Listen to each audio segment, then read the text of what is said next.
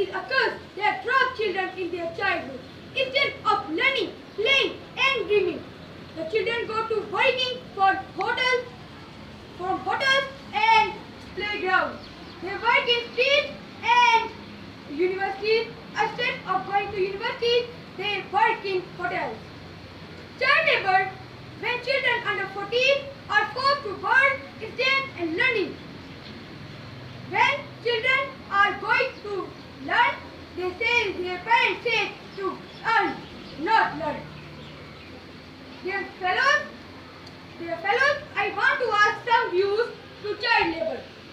When we ask them what is child labor, their meaning to earn it from children. But in Pakistan, it is injustice because every child is earning from 14 years. It is injustice because every child earns from their childhood. Because their child is going to from